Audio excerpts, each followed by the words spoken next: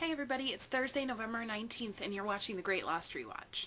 Today we're watching the Season 2 episode, What Kate Did.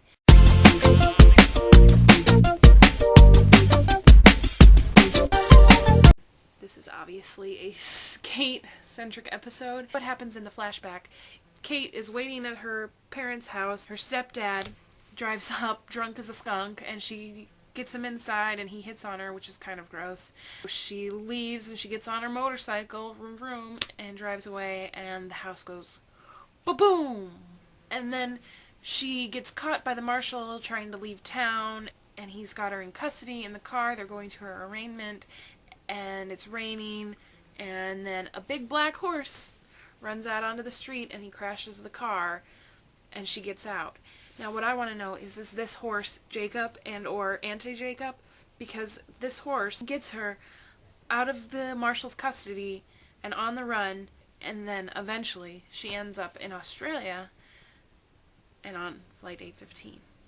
The final scene of the flashback, we find out that Kate's stepdad is in fact her dad, and then the man that she thinks is her dad is actually just her stepdad, and that he wanted to keep her, but Kate's mom wouldn't let him. And then in the flashback we see Saeed on TV in the army office. I wonder why he's on the TV. And on the island first, Sun gets pregnant. I'm not sure why it is that dying men always ask for Kate. The marshal asked for Kate in the pilot, Tabula Rasa, one or the other.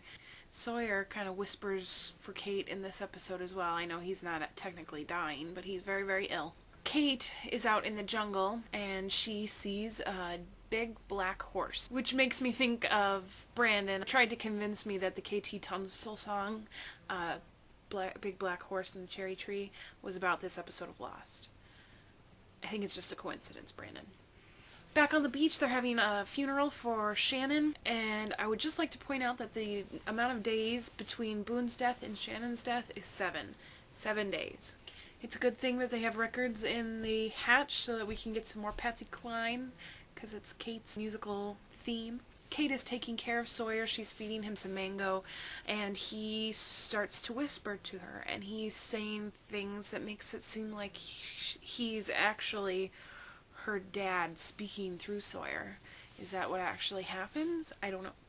It's so frustrating. Again, in this episode, we almost see what happens when the counter goes past 0. But no. Locke gets the number in right in the nick of time. Jin gets his handcuffs taken off, and we have come full circle with this metaphor. Michael finds the blast door, setting up what's going to happen in the episode Lockdown. Jack and Kate have their first kiss, and Jaders around the world cheer. Woo! Yeah! Until Kate runs away. Echo has found a piece of film in the Bible that they found in the Arrow station back in the other 48 days. Oh, Hurley is the voice for the audience still. I love it. I love it. He says, "So, Rose's husband is white. Didn't see that coming." So funny. Mr. Echo says, "Don't mistake coincidence for fate." Ana Lucia and Jack do tequila shots on the beach. I think they probably meant for Ana Lucia and Jack to become more actual love interests, but the fan reaction to Ana Lucia, I think they ended up going elsewhere. It's a little confusing, the part that they added on to the insert of film that they added on to this says that to not use the computer for communications with the outside world, which could cause another incident. So if the incident that they're speaking of really is the hydrogen bomb incident, blowing up the Swan hatch, how would communication with the outside world cause another incident? I think maybe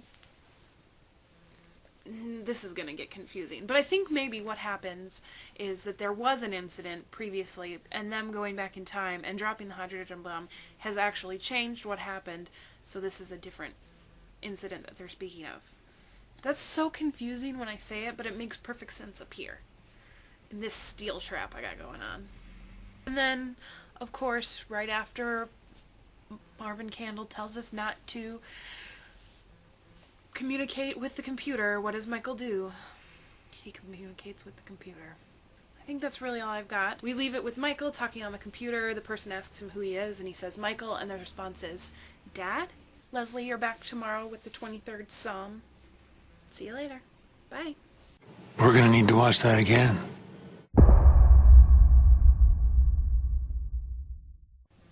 Bookend.